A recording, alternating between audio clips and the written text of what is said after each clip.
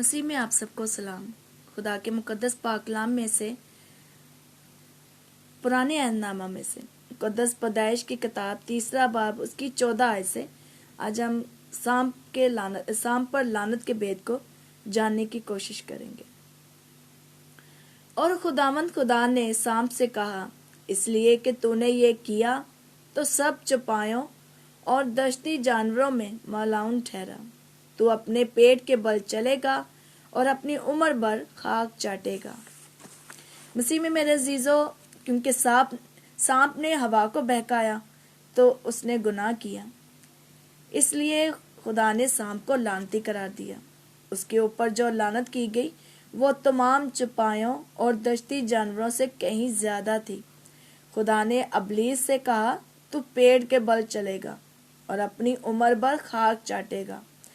میرے عزیزو، بائبل ہمیں بتاتی ہے کہ سانپ کل دشتی جانوروں میں جن کو خدا نے بنایا تھا سب سے چلاک تھا۔ اس کا مطلب یہ نہیں کہ وہ بھی ویسے ہی بنایا گیا جیسے دوسری دشتی یا جنگلی جانوروں کا بنایا گیا تھا، بلکہ اس کا مطلب ہے کہ اس کا کردار جانوروں جیسا ہو گیا۔ جیسے ہی اسے لعنت ملی اور اسے آسمان یعنی جنت سے نکالا گیا، تو میرے عزیزو بائبل یہ بات ضرور کرتی ہے کہ سانپ اپنے پیٹ کے بل چلے گا، لیکن یہ کہا جانا کہ ایک نبوتی اور پیشن گوئی یا تشبیہن بھی ہے، یہ ایک محاورن طور پر بھی ہو سکتا ہے۔ بائبل ہمیں بتاتی ہے کہ سانپ کو لوسیفر، شیطان اور اژدہا کے طور پر بھی جانا جاتا ہے۔ شیطان اپنے پیٹ کے بل نہیں چلتا، میرے عزیزو بائبل ہمیں بتاتی ہے کہ وہ چلتا ہے اور ایک گرجنے والے ببر شیر کی مانند ہے کہ کس کو پھاڑ کھائے۔ ایوب کی کتاب میں ہم پڑھتے ہیں کہ وہ زمین پر ادھر ادھر پھرتا ہے۔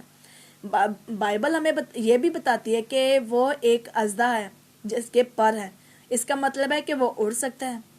شیطان کی بناوٹ ایسی تھی کہ وہ خدا کی خدمت سر انجام دے سکے، اور اس کے حواریوں کو خدا کے خلاف بغاوت کرنے کے جرم میں آسمان سے گرا دیا گیا۔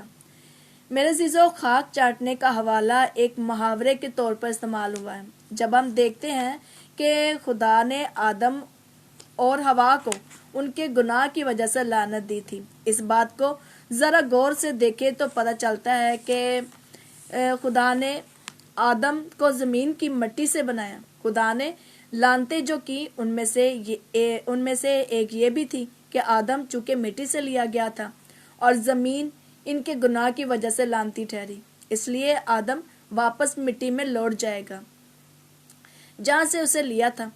ابلیس اس لعنت کا منبع بنا جس نے آدم پر اور بنی آدم پر لعنت لانے کی منصوبہ بندی کی۔ پیٹ کے بل چلنے کا حوالہ بھی آدم یعنی بنی آدم پر لعنت کی طرف اشارہ کرتا ہے۔ ابلیس کا پیٹ کے بل چلنا اور خاک چاٹنا محض ایک گفتگو کا انداز ہے اس لعنت کی وجہ سے جو انسان پر آئی۔ اور میرے عزیزو، ابلیس اس کے جسم کو چاٹتا رہتا ہے۔ ابلیس آدم کو کھاتا نہیں، بلکہ انسان پر لعنت اس کی جسمانی اور روحانی موت ہے۔ اور ابلیس انسان کی جسمانی اور روحانی موت کا سبب اور اس کا نتیجہ ہے۔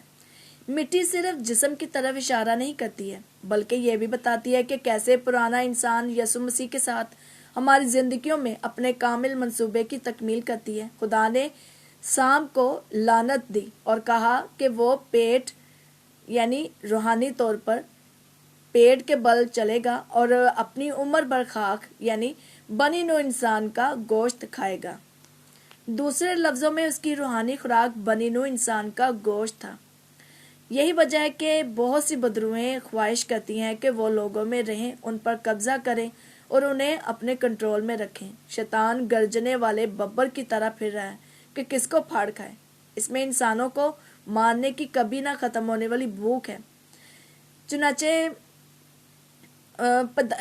اسی طرح سے مزید اگر ہم سرچ کریں تو پیدائش کی کتاب 3 باب اس کی 24 آیت میں لکھا ہے کہ چنانچہ اس نے آدم کو نکال دیا اور باغ عدن کے مشرق کی طرف کروبیوں کو اور چوگرد گھومنے والی شعلہ زن تلوار کو رکھا کہ وہ زندگی کے درخت کی راہ کی حفاظت کریں۔ میرے عزیزوں، قدیم عبرانی روایت کے مطابق کروبین باغ عدن کے نگہبان تھے۔ بائبل ہمیں بتاتی ہے کہ جب خدا نے آدم اور حوا کو عدن سے نکال دیا تو اس نے کروبیوں کو اور شعلہ زن تلوار کو باغ کے دروازے پر نگرانی کے لیے مقرر کیا۔ ان کروبیوں کو اس وقت تک نگران رکھا گیا جب تک یسوع مسیح کا خون اس راستے کو کھول نہ دیتا جو زندگی کی طرف جاتا ہے۔ میرے عزیزو، یسوع راہ اور زندگی ہے، وہ راستہ جو ابدی زندگی کی طرف جاتا ہے۔ آدم کو عدن کی باغبانی کرنے کی ذمہ داری دی گئی تھی، لیکن وہ بری طرح ناکام ہوا۔ اب ہمیں میرے عزیزو اپنا مرکز نگاہ یسوع کو رکھنا ہے تاکہ ہم روحانی طور پر اپنے باغ کی بہتر نگہبانی کر سکیں اور ابلیس شریر سے اور اس کی ساری چلاکی سے محفوظ رہ سکیں۔ خدا آپ سب کو دعا کرنے اور بائبل روز پڑھنے کی توفیق عطا فرمائے۔ خدا آپ سب کو بڑی برکت دے، آمین۔ اسی میں آپ کی خادمہ صنم نور۔